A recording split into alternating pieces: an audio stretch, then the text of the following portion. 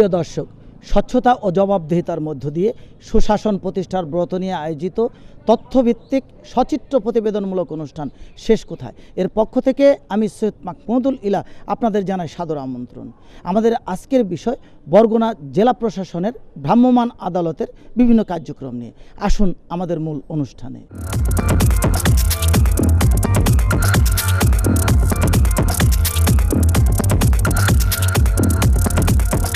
আমরা এই মুহূর্তে অবস্থান করছি সচিত্র প্রতিবেদন সংগ্রহ করতে বরগুনার মৎস্য ভবনের সামনে।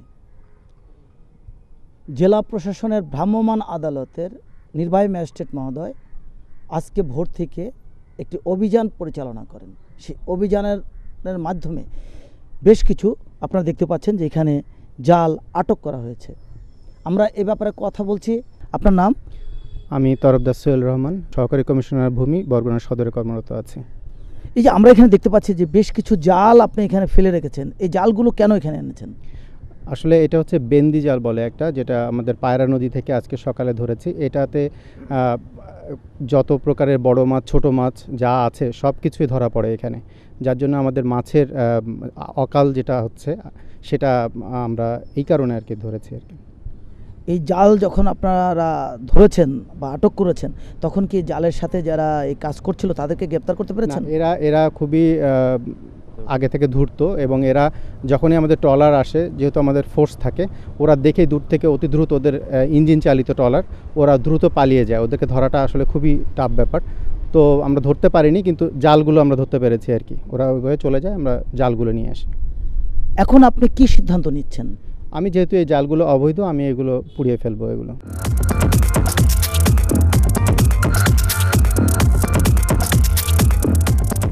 বরগুনা জেলা প্রশাসনের মোবাইল কোর্ট নিয়ে বিভিন্ন বাজারে দেখছি, ঠিক তখনই আমরা পেয়ে যাই একটি বাজারে জাটকা তারা বিক্রি করছে, এবং এই জাটকাগুলো কোত্থেকে এলো, কিভাবে এলো, এ ব্যাপারে কথা বলছি যিনি বিক্রি করছেন তার সাথে। কি নাম? আমার নাম মোহাম্মদ সুমন। এই মাছগুলো কি মাছ? এগুলো ইলিশ মাছের বাচ্চা। এগুলো আপনারা কই থেকে পেলেন? আমরা ঘর থেকে কিনছি, এগুলো আসছে খুলনা থেকে টলিংয়ে। এখন কোন ঘর থেকে কিনেছেন? কিনছিলাম পিছন থেকে। সেই ঘরের মালিকের নাম কি?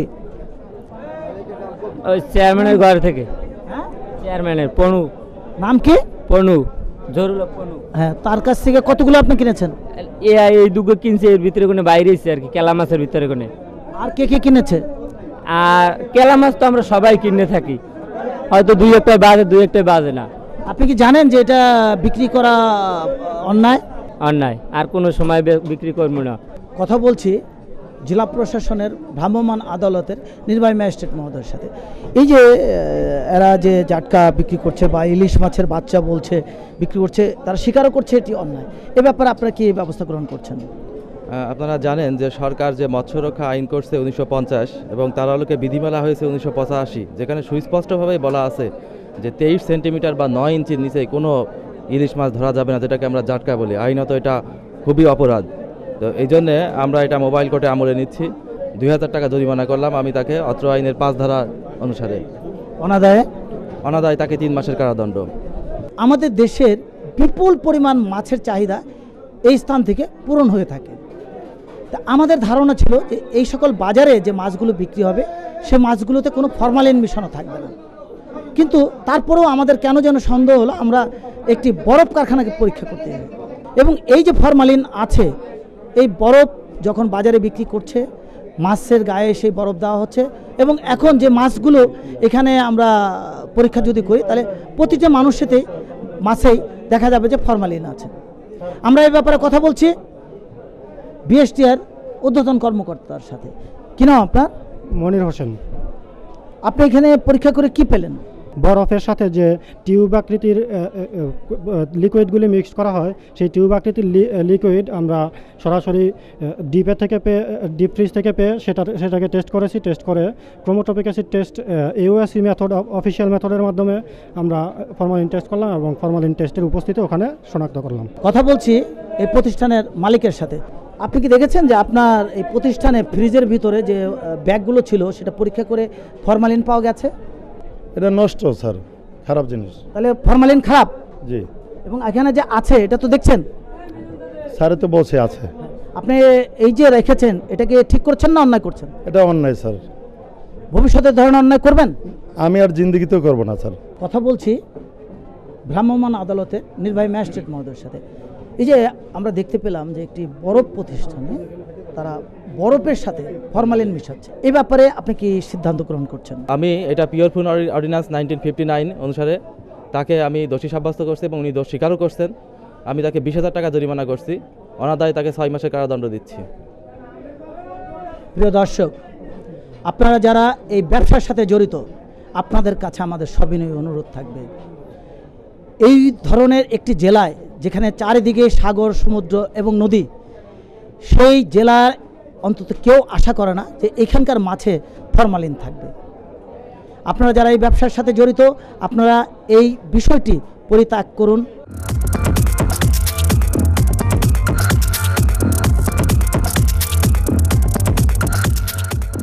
আমরা এই মুহূর্তে অবস্থান করছি একটি গোস্তের দোকানে, যেখানে খাসির গোস্ত বিক্রি করা হচ্ছে। কথা বলছি এই দোকানের মালিকের সাথে।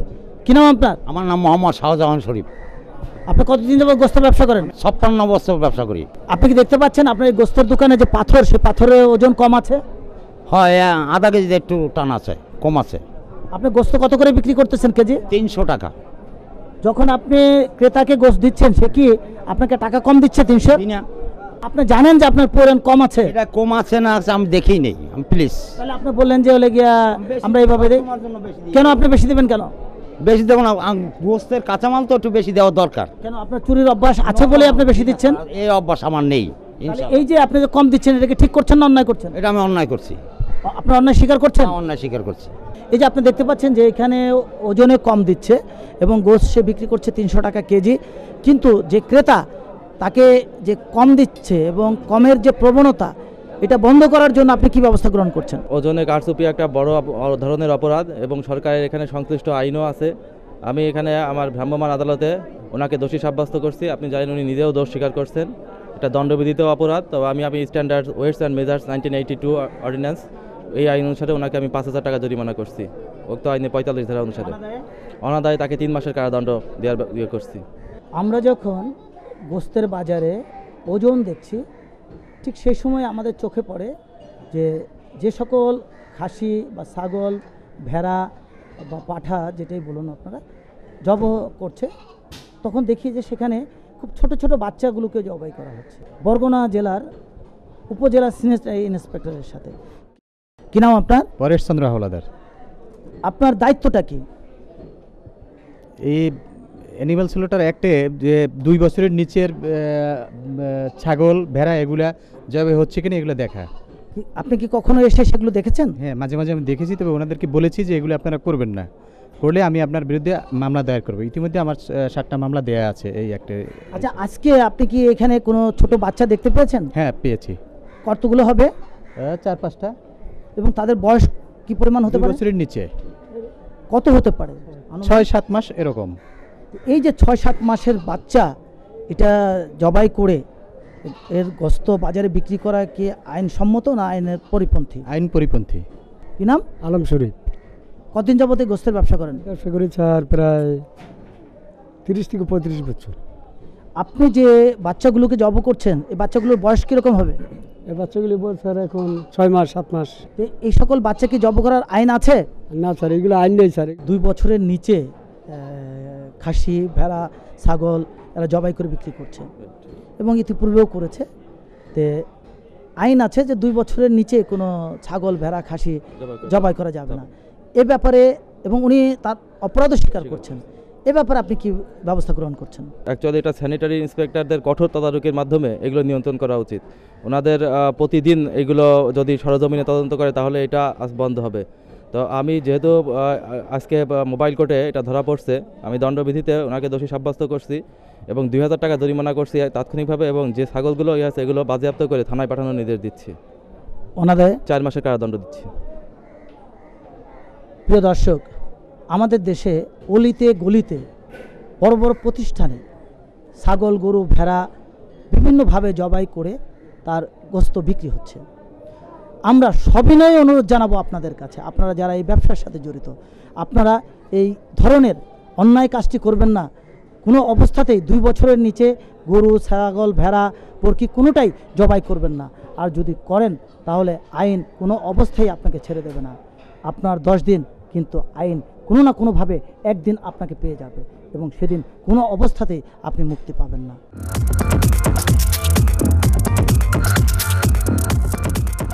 কতদিন পর পর আপনারা এই যে আপনার কোনো মেডিসিনের ডেট এক্সপায়ার হয়েছে কিনা করেন? 4 মাসে কমপক্ষে 2 থেকে 3 বার। এখানে স্যানিটারি ইন্সপেক্টরও আছেন, উনি ঢুকে যদি চেক করে দেখা গেল যে কোনো একটা পাওয়া গেছে, সেই ক্ষেত্রে আপনার কী হবে আপনি কি সেটা জানেন? সেক্ষেত্রে আপনাদের আইনগতভাবে যেটা আপনাদের যেটা পদক্ষেপ থাকবে, তাহলে আমাকে সেটা অবশ্যই মানতে হবে। এই যে আপনারা যেভাবে হলে গিয়ে ড্রাগ লাইসেন্স রিনিউ করতে দিয়ে এসছেন, কবে আপনাকে ডেলিভারি দিবে তার কোনো রিসিট আছে আপনার কাছে? ওরা সর্বোচ্চ আমাদের কাছ থেকে মিনিমাম 4 থেকে 5 মাস করে, মানে আপনার সময় করে মেনটেন করে। গত বছরের আগের বছর তার ম্যাথ শেষ হয়ে গেছে, দ্যাট মিনস 2013-10-এ 23-1-2010, আর আজকে 2012। ইতিমধ্যে উনি আমাদেরকে দেখাচ্ছেন এই ধরনের একটি কাগজ যেখানে স্পষ্ট এই কথাগুলো লেখা আছে। এই যে কাগজটি উনি করছেন, এটি হলো গিয়ে আইনের একটি পরিপন্থী কাজ করছেন। আপনি ঠিক করছেন না অন্যায় করছেন? লাইসেন্সটির মূল কপিটা এখন আপাতত হাতে নাই, এটা হচ্ছে আমার জন্য একটা মারাত্মক একটা অন্যায়। এই অন্যায় আপনি স্বীকার করছেন? অন্যায় স্বীকার করছেন। মূলত লাইসেন্সের নিয়ম অনুসারে প্রতি বছর এটা রিনিউ করতে হবে এবং লাইসেন্সের ওই কপিটা দোকানের সামনের কোনো এক পাশে টাঙায় রাখার নিয়ম আছে, উনি সেটাও করেন নাই। তো আমরা ওনাকে বলছি যে এখন থেকে উনি এখানে টাঙায় রাখবেন লাইসেন্সের কপি, এবং যেহেতু উনি অপরাধ স্বীকার করছেন, আমি তাকে দণ্ডবিধিতে 3000 টাকা জরিমানা করছি, অনাদায়ে তাকে 2 মাসের কারাদণ্ড দেওয়ার ঘোষণা করছি। প্রিয় দর্শক, আপনাদের উদ্দেশ্যে বলছি, আপনি যখন কোনো ফার্মেসির থেকে কোনো ওষুধ ক্রয় করবেন, আপনি তার গায়ে দেখবেন যে ওষুধের ম্যাটটি ঠিক আছে কিনা। দ্বিতীয়ত আপনাকে যে জিনিসটি দেখতে হবে সেটি ওই প্রতিষ্ঠানের লাইসেন্স আছে কিনা, কারণ আপনি নিয়ে গেলেন, পরবর্তী পর্যায়ে কেউ কোনো ক্ষতিগ্রস্ত হলো, যেই কারণেই সেই প্রতিষ্ঠানের একটি লাইসেন্স দোকানের সামনের অংশে টাঙানো থাকতে হবে। বা আপনারা যারা ব্যবসা করছেন, আপনাদের কাছে আমাদের অনুরোধ, অবশ্যই আপনি আপনার দোকানের লাইসেন্সের একটি ফটোকপি আপনার দোকানের পাশে লাগিয়ে রাখবেন, এবং যে সকল ওষুধ ম্যাথ উত্তীর্ণ হয়ে গেছে সেগুলো নামে আলাদা একটি বক্সে রাখবেন। আমরা এই মুহূর্তে অবস্থান করছি একটি ব্রেড অ্যান্ড কনফেকশনারিতে। আমরা এই কনফেকশনারিতে এসে পেয়েছি যে চিস্তিয়া ব্রেড অ্যান্ড কনফেকশনারি উৎপাদিত পণ্যর কোনো ডেট নেই, এবং যেগুলোতে ডেট আছে সেগুলো গত 23 তারিখে ম্যাথ উত্তীর্ণ হয়ে গেছে, এবং সেই সকল পণ্যই এই প্রতিষ্ঠান বাজারে বিক্রি করছে। আমরা এই ব্যাপারে কথা বলছি এই প্রতিষ্ঠানের মালিকের সাথে। এই যে ম্যাথ উত্তীর্ণ এই খাদ্যগুলো কেন বিক্রি করছেন? আমার খেয়াল ছিল না স্যার, এটা এগুলো তো আপনি বিক্রি করতেছেন। জি। এই যে বিক্রি করছেন, এটা ঠিক করছেন না অন্যায় করছেন? অন্যায়। আপনি আপনার অন্যায় স্বীকার করছেন? আমি স্বীকার করছি। প্রিয় দর্শক, এই যে বিস্কুটগুলো আপনারা দেখতে পাচ্ছেন, এগুলো সবই ম্যাথ উত্তীর্ণ হয়ে গেছে, এবং এগুলো এখনই সিদ্ধান্ত হবে যে কি করা যাবে।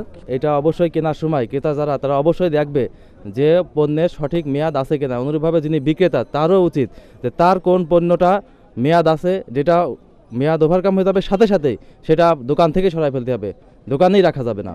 তো আমি এটাকে দোষী সাব্যস্ত করছি, এবং ভোক্তা অধিকার আইন 2009-এর 51 ধারা অনুসারে আমি ওনাকে 5000 টাকা জরিমানা করছি। অনাদায়ে তাকে 3 মাসের কারাদণ্ড দেওয়ার ঘোষণা করছি।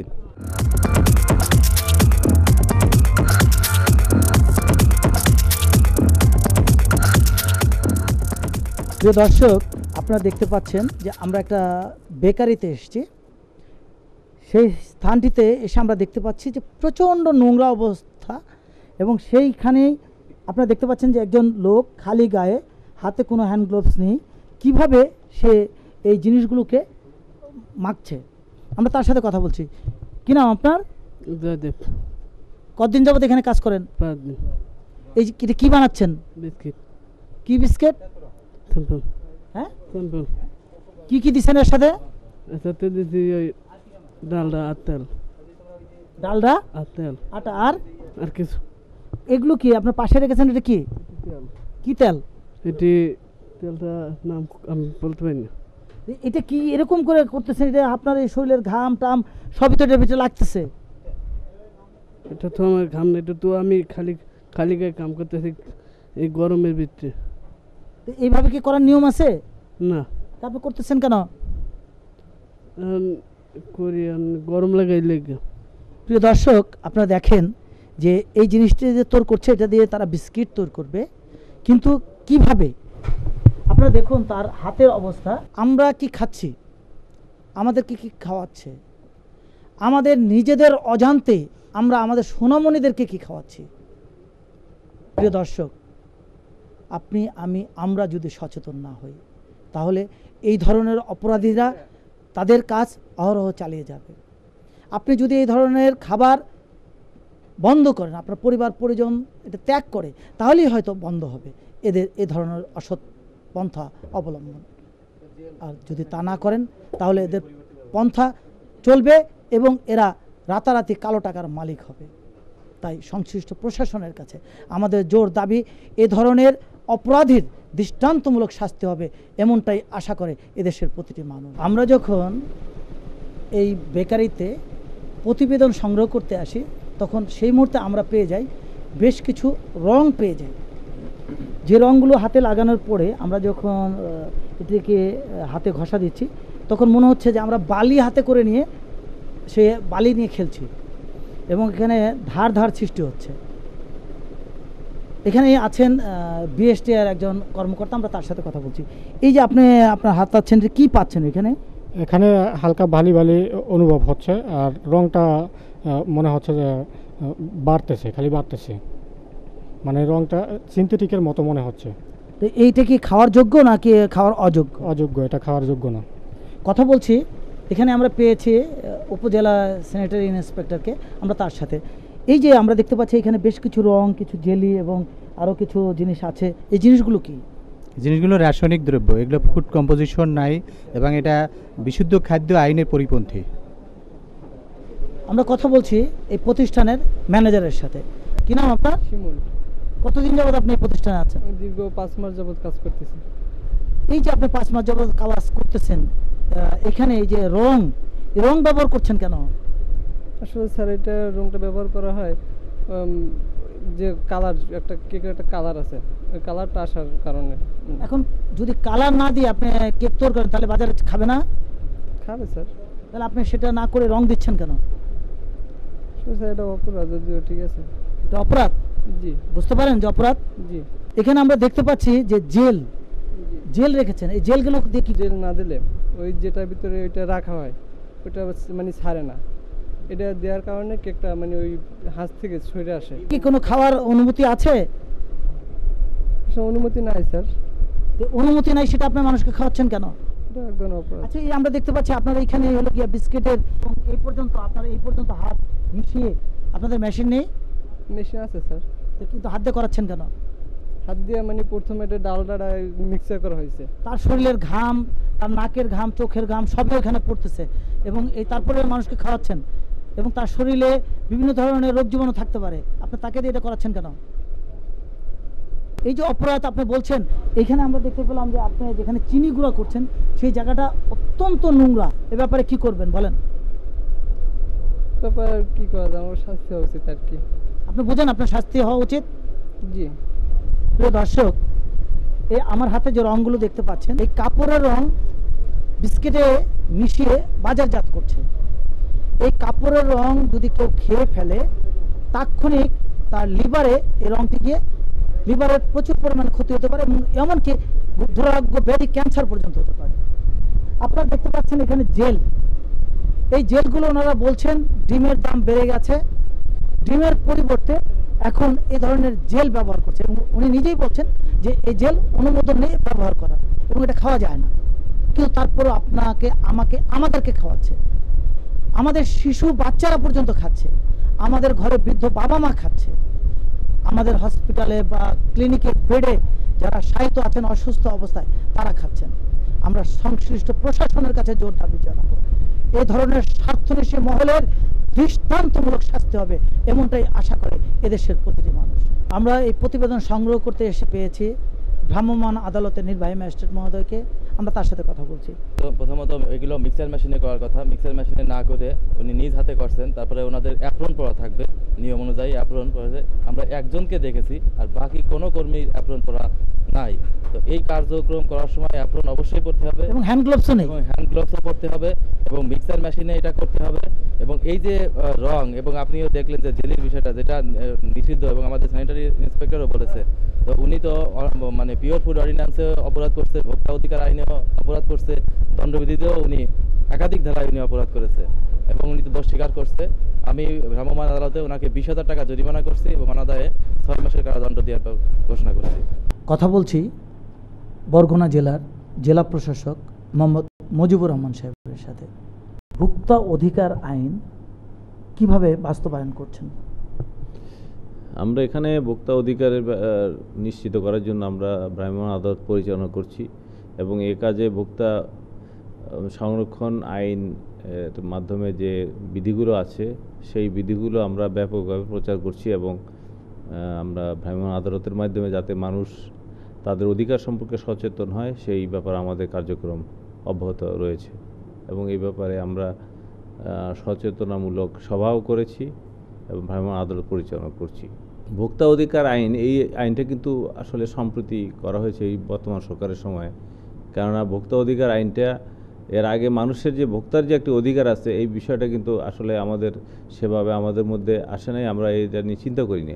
আসলে মূলত বিক্রেতাদের তারাই নির্ধারণ করতো আসলে কি কোন জিনিসে কোন দাম হবে এবং তাদেরও ইচ্ছার অনিচ্ছার উপর নির্ভর ছিল। কিন্তু এখন কিন্তু আমরা এই বিষয়টা লক্ষ্য করছি যে মানুষের যারা ক্রেতা তাদের অধিকার সংরক্ষণ করার প্রয়োজন আছে এবং সেই জন্যই বর্তমান সরকার ভোক্তা অধিকার আইন করেছেন এবং তার বাস্তব প্রয়োগ আমরা করছি।